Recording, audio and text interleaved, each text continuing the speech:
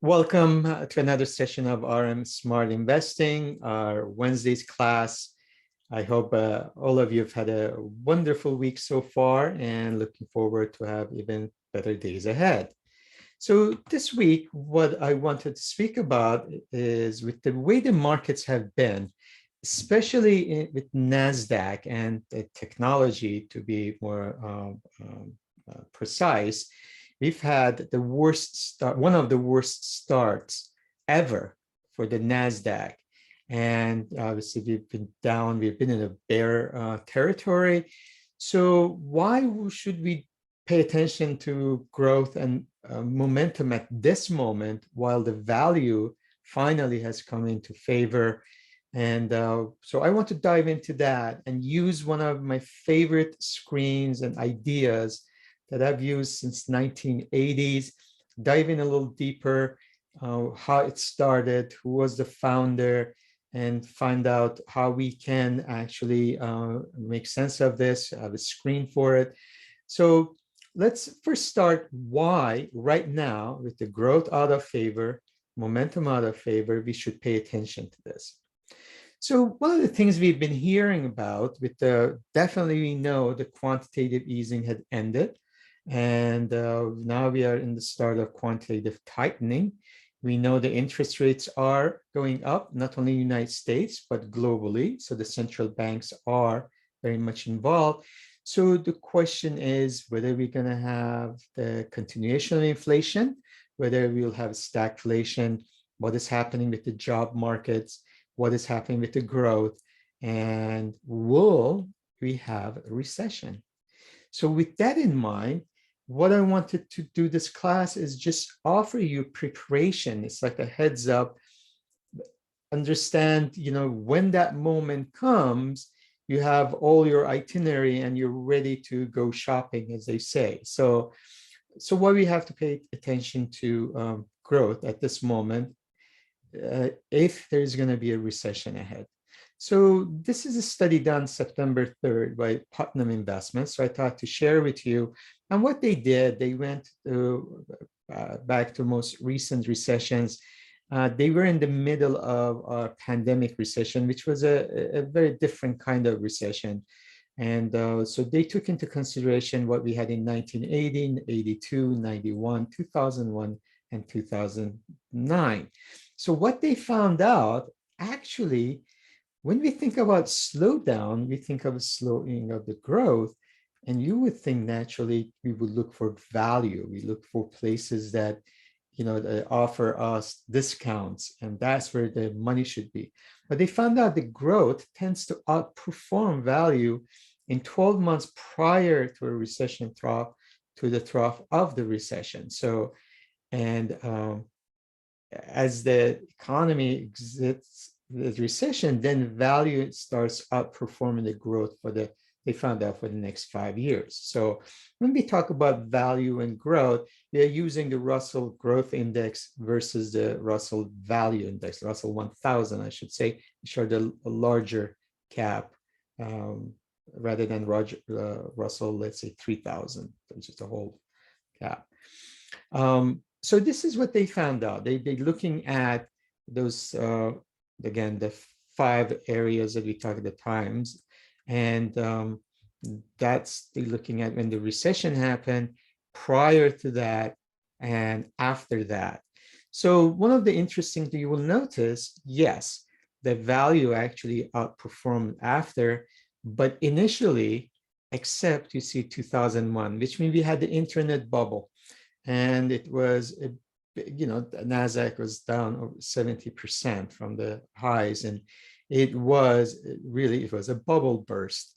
So we are not there yet. So basically that was the reason the value continued.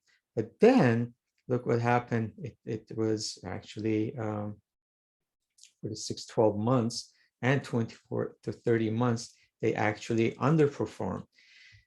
When we go back to 2009, with all the quantitative easing and all that money, you see that the value absolutely for the 5 years or so, they did not, they just stayed stale, and the growth was a winner. But other than that, you see that majority of time, the value overtook the growth.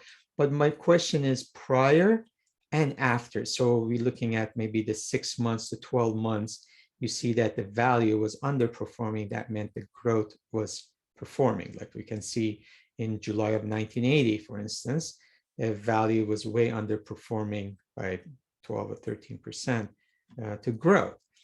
So the other way I want to look at it is I wanted to see if you look at the Russell 1000 going back 20 years and look at the Russell 2000 in the situation, the value side, and by looking at the long-term chart, you could see, again, this is a 2009 recession.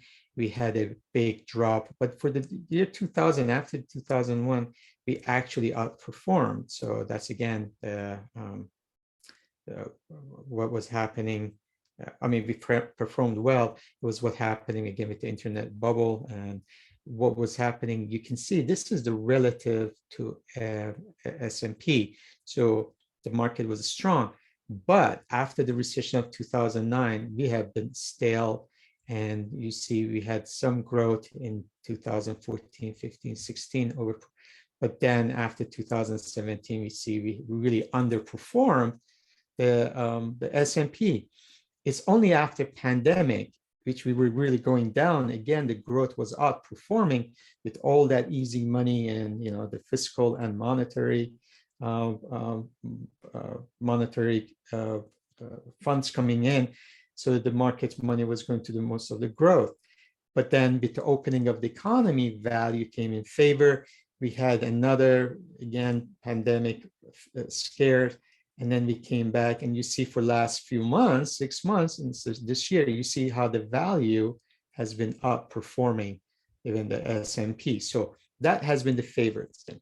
On the other hand, once you see with the growth was slow for the decade till like 2007, 2008, and 2009 started outperforming. And again, with the quantitative easing and all that money, it was really had a wonderful run with the technology stocks, and especially the big cap, the big cap growth stocks way outperformed everything else. Comparing past 5 years, I want to look at what has happened. Again, once we look at the value, we had a big drop, and then in last few months, as you can see, we've been stale, haven't done a lot, but when you compare it to S&P, we've done well. And as a matter of fact, you can see almost like a double bottom here in 2020 and 2021. The same thing when it comes to growth. Growth did wonderfully after the pandemic, and then again, especially last few months. And the past year, we started correction. We tried to go back, and then we've been going down. And you can see the relative strength to S&P. We've been subpar, and that's what has been happening. I want to go a little further, and I want to use the value, Vanguard's value ETF versus the Vanguard's growth ETF. And again, I went back the past 20 years. You see, initially the value was doing good, but as soon as, right after the peak in 2007, the growth had been in favor. Till again, after the pandemic, the opening of the economy, the vaccination, all the breakthroughs, you see, look at this, it's a double bottom. So the question is, how long will this will continue? And we go back to the past couple of years or 3 years. I want to go back 3 years to have even better chance to see where we were. So we've had a really nice momentum. You can see we've been overperforming the S&P. So the question is not about buying the growth stocks at this moment because the value is in favor. I just want to be prepared with what is happening with, again, this debacle in the growth stocks. And I don't think it's still done yet with the information technology, for instance. I want to be prepared. I want to have your watch list. And with the criteria that I'm going to give you, then you can actually follow on the growth side of things with momentum and combine it with your value style. And there are some of these growth stocks are looking pretty much in value, I mean, attractive. One of the suggestions I will make, and today is the May 25th, 2022, is, for instance, you look at the biotech, which has been really hammered, you will find some really good values with the combination of growth in some of the biomedical and biotech arena. So I would look into that, for instance, as a whole, as a sector.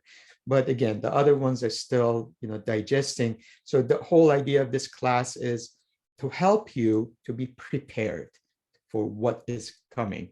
So by the time, even right before, if there's a recession, ideas are coming, then you already have your watch list. And based on that, you can go ahead and, as I said, you can start nibbling in and start finding bargains. So what style are we going to use, or what kind of a strategy we're going to use? And I want to introduce you, most of you probably know, this is William O'Neill. He is 80, he just turned 80 or 92 actually, or no, I'm sorry, 89. Like that. So he turned 89 a couple of months ago, to be exact, March 25th. And the reason I want to bring him up, because I followed him since my career started in 1985.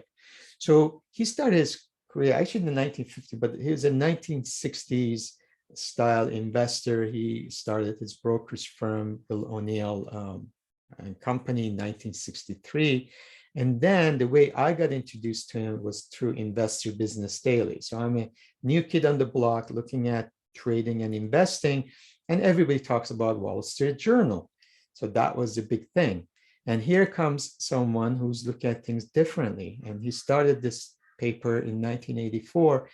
And me being visual, and I was looking at more on the technical side of things, he had wonderful charts and everything. So since 1985, I got hooked on his publication till now. So it's been about 37 years. And he's written really great books. So one of the things about his success is he wanted to know what are some of the biggest winners. And he's not talking about making 10% or 20%. Some of the tenfold, fivefold stocks. If we could have found these big winners today, where were they 5 years ago, 10 years ago? What kind of, as far as criterias they had that they made them a winning stock? So he did a lot of studies. He really used tons of data, and I really appreciated how he approached his paper. And he came with this idea called CAN-SLIM investment strategy, and it worked very well, and it was very much what it was. It was a growth and momentum style. So he wrote this book in 1988, is How to Make Money in Stocks. And he really went in details about this CAN-SLIM, and also a lot about portfolio management, when to sell, when to get in. There was a lot of good stuff in it. And what is separated from others, because he looked at the fundamentals, which is important to him, but he also combined with technical. He was very big on charts, and it really was my cup of tea. So that's why it made it different. He was also in the first version of the Market Wizards by the Jack Schwager. He was mentioned there in part 2, is called Mostly Stocks. And they did go with his CAN-SLIM style and how he chooses the stock. So if you ever have a chance, if you have the book, I will go ahead and read it. A part of that book, also the second or third interview, I think Durkheim was the first one. It was David Ryan. David Ryan was one of the proteges of William O'Neill. He used William O'Neill as a mentor, and he did some work with him. He graduated in 1982, and David Ryan went and won many investment. They had trophies, actually competitions, and he his performance was unbelievable. And what he did, he applied this CanSlim style, and then he actually eventually started his own fund, but based on these ideas. So talking about investor business again, I followed, the computers were not that accessible. Internet was in the beginning. So I remember, I really wanted to look at the charts. His paper was out there. It was actual paper you will receive. But every weekend you will receive something called, it's a booklet, it's a really thick book called Daily Graphs. And the Daily Graphs, but this was from April 22nd, 1994. So he had one for NASDAQ and one for New York Stock Exchange, and all those stocks were there.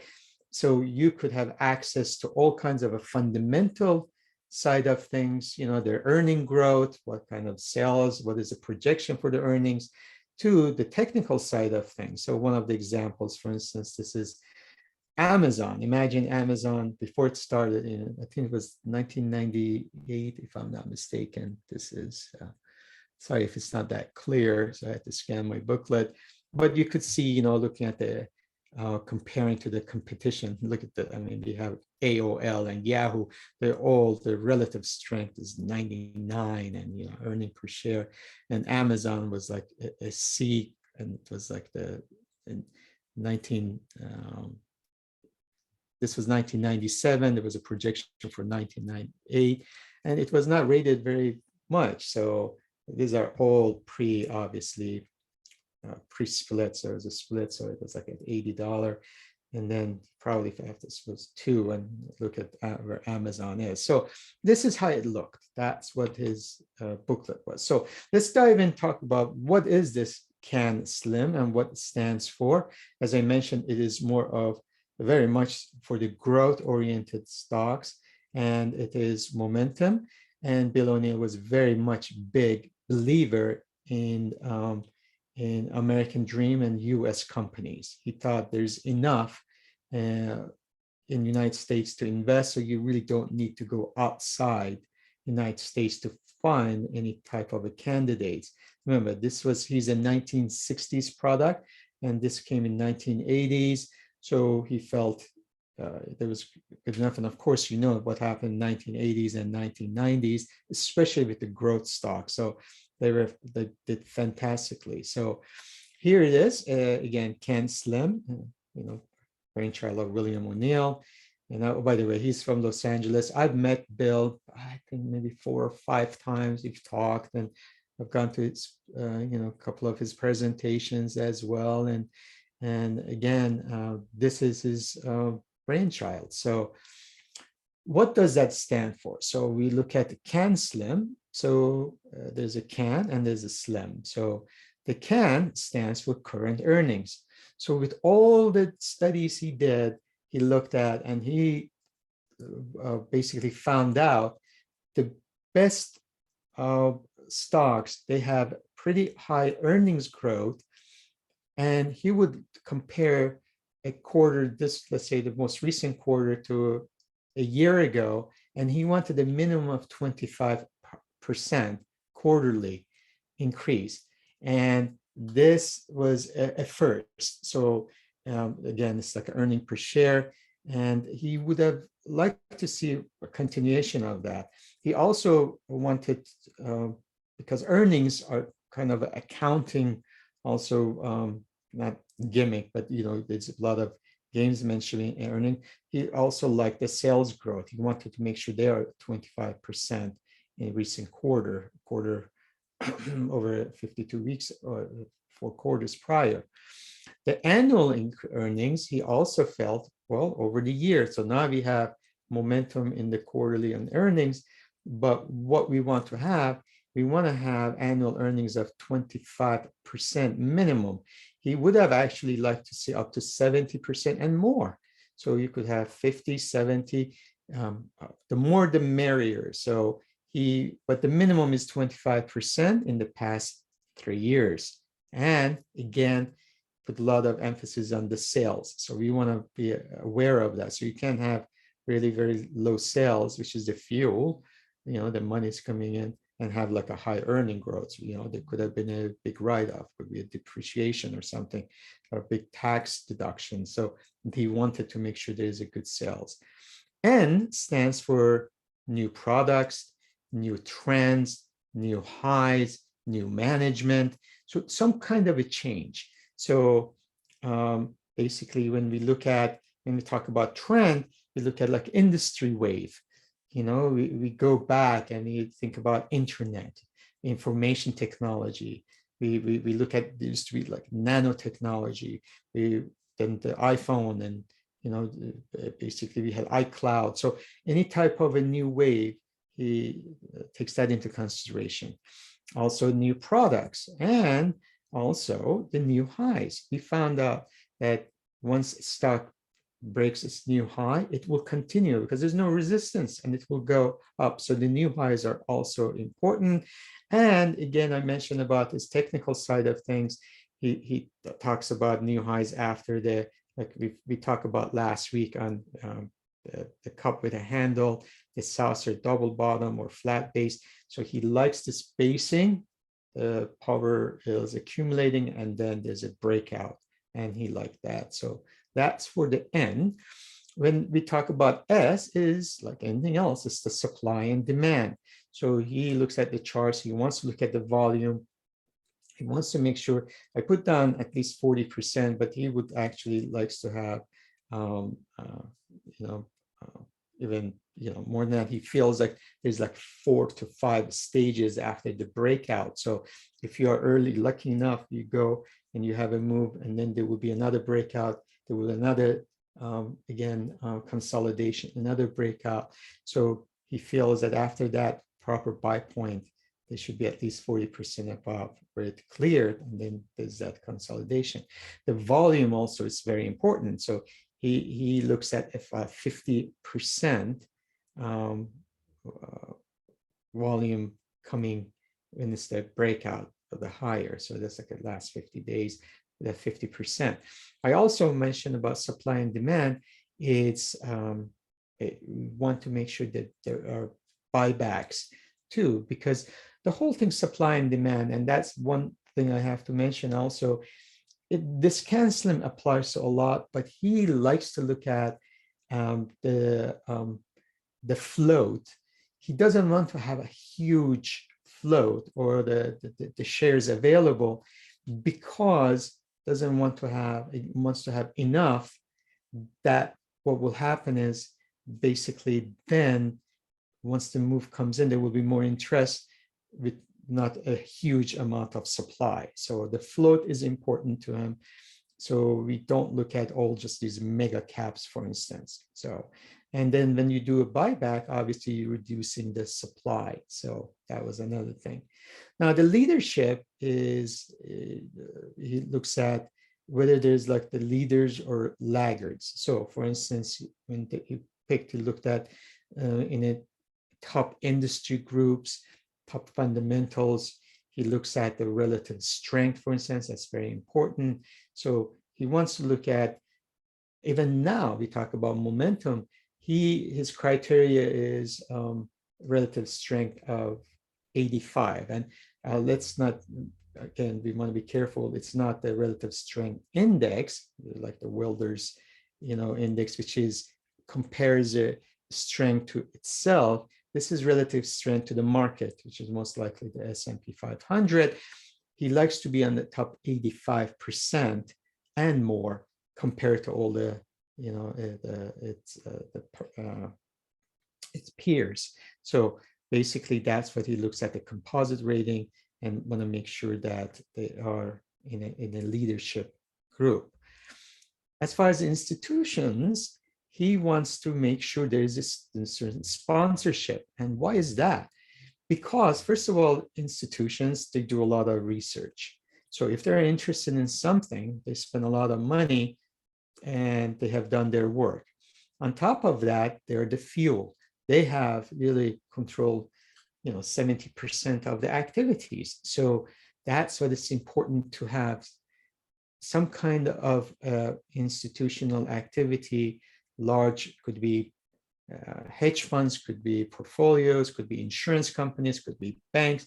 So we want to make sure they are owning a big portion of the funds, I mean, the stock.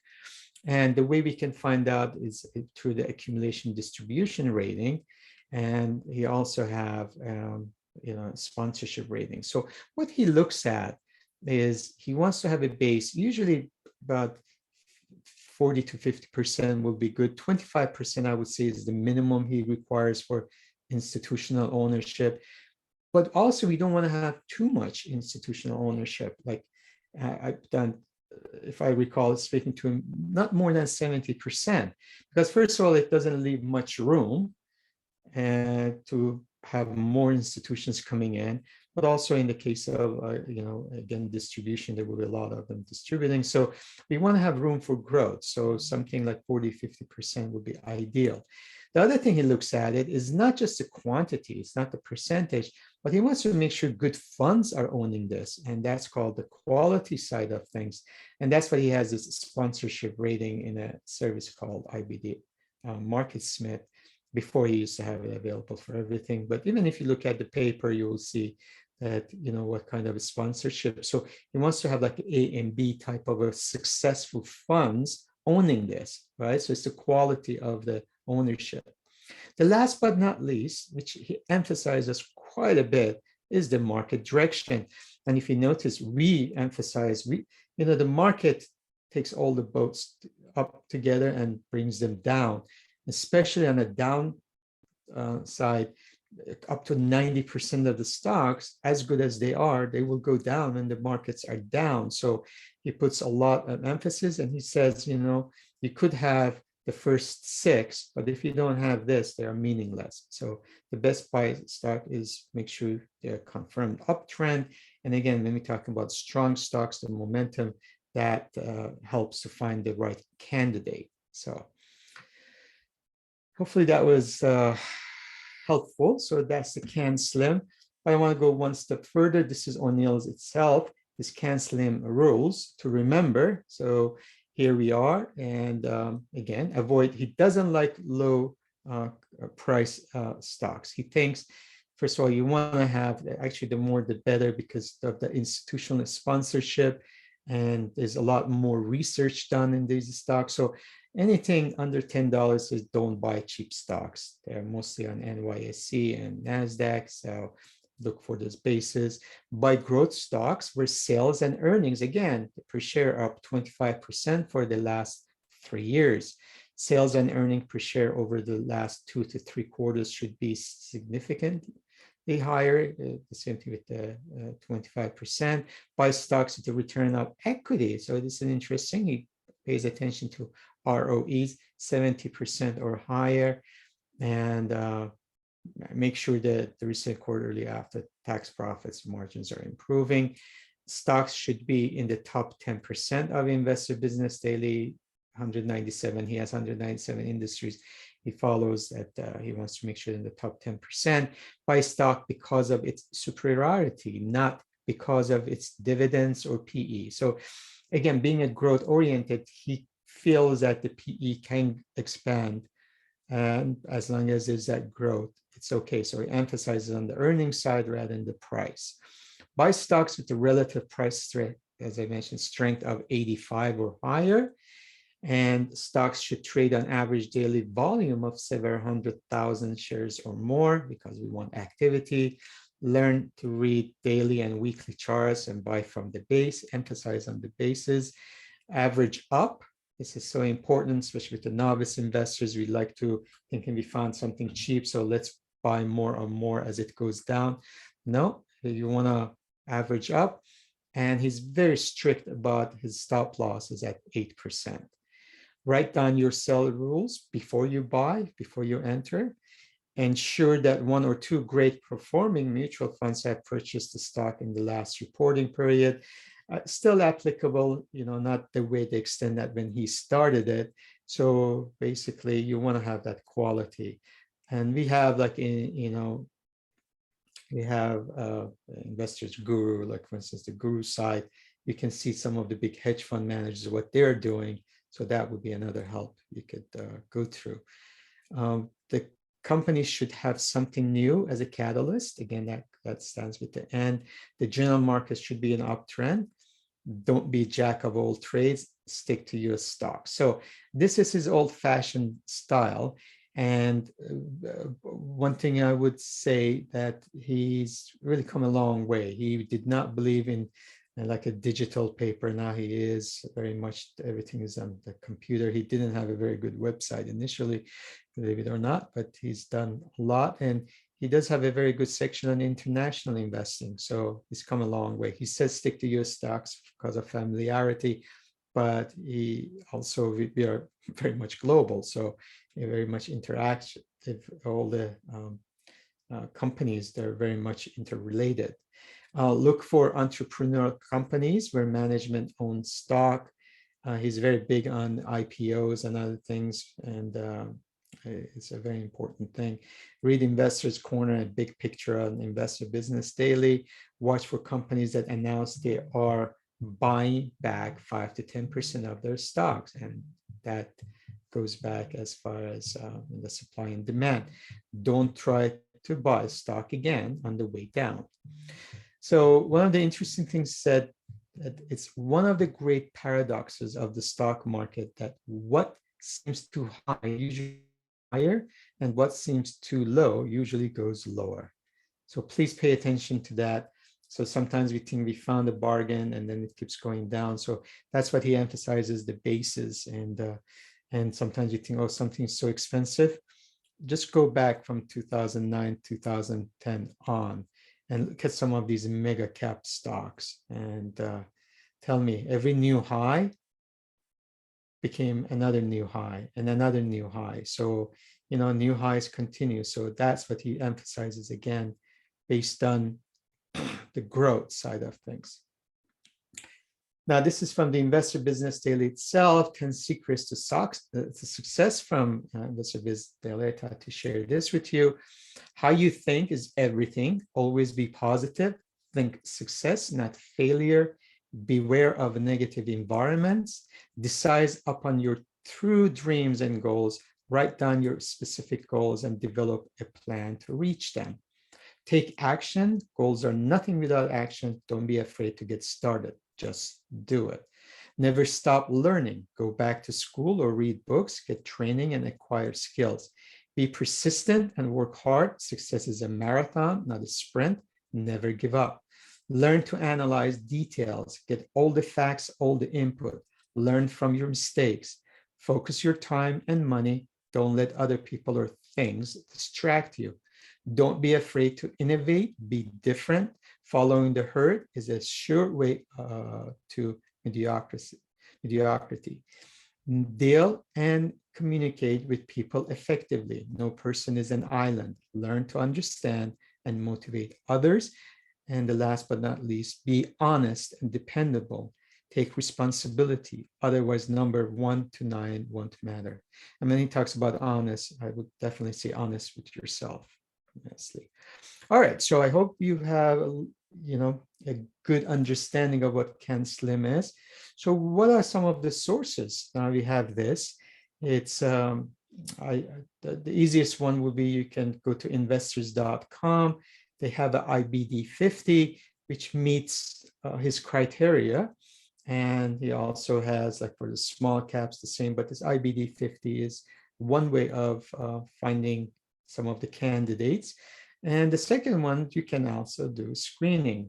You can be a member of the American Association of Individual Stock Investors and use their screener. Or there's a site called Portfolio 123. You could use their screener. So those are the two ones that I know of. Now, this is from AAII, and this is as of May 23rd. So what we looked at is what he has done. So the original was the Ken Slim screen. And then he came with the, he wrote his third edition, I think about 2002. So he did a little different. And then he also did the O'Neill's no float screen, that's basically lower floats. So you want to see the supply and demand. So I want to bring you all three of them, although I still pay attention to this the most. And so you can see the PEs and basically the criteria is what he's looking at or what they are. And basically what companies passed as of, again, May 23rd. So these are the three companies. And for the CanSlim, this was the First United Corp. So you can see there's some value in there. You see that 5.8 PE, for instance. So that's one. If we go back, I want to see the performances. So you see that no float number for the float screen. Year to date, this is as of the latest was end of the April month. They were down 10.8.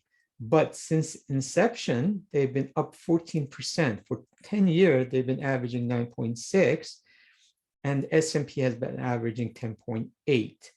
But since obviously it goes back to 1950 when it shows 5.9, I believe. But for the third, you see we are the third revision or the edition, year to date, we are down 26%. Yet for 10-year average, it's the best performing, is up 20%. The CanSlim itself has beaten the S&P by large margins in the 5-year, 10-year, 3 years, even 1 year, and even on a year to date. So that's what I mentioned. I would stick to that CanSlim. It has, well, there's growth and momentum. It still has a lot of quality companies in it. So that's, again, as of April 29.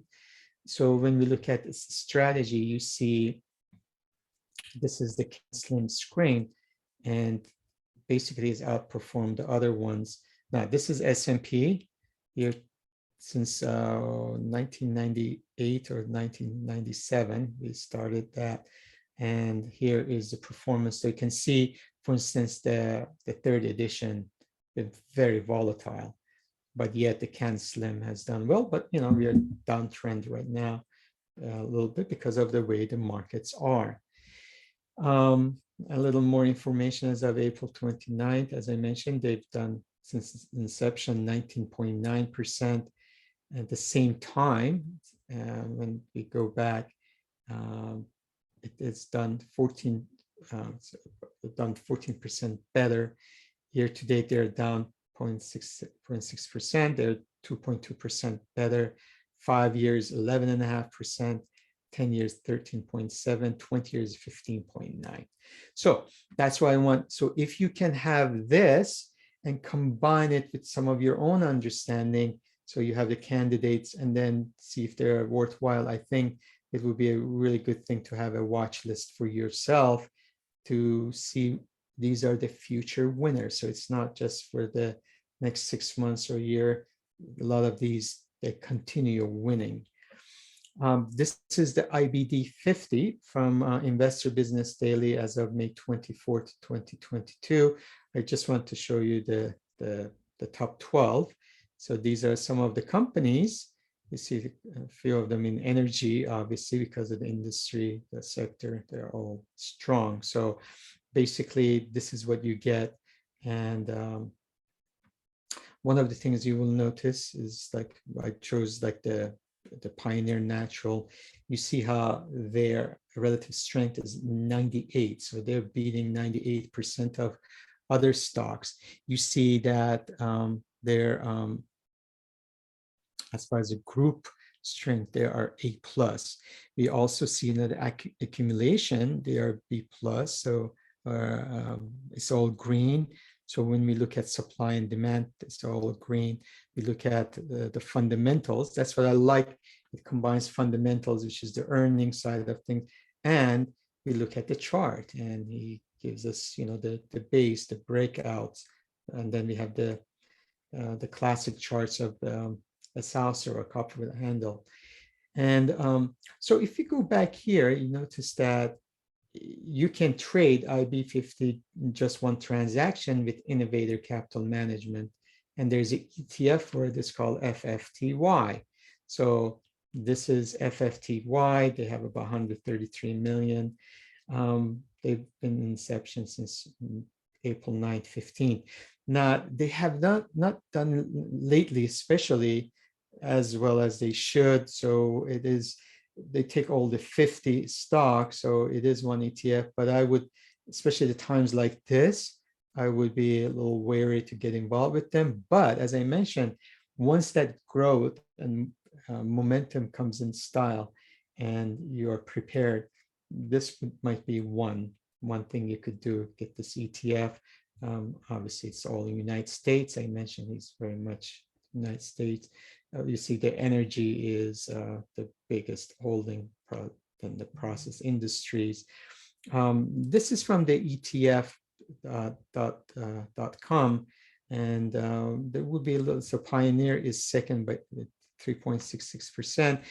I looked at the website, I mean, ETFs, the Innovators ETF, and this is as of May 24th, and CRK is number one by 3.79%, and so on. So these are all their holdings and ranked, and then basically that's what they do. And then the last one is Mattel. So basically the purpose was, just as I mentioned, to prepare you to just be ready. There are a lot of good companies have been beaten up and they are offering value, but the momentum is still down. So the selling could continue till there's no more sellers or the slow down.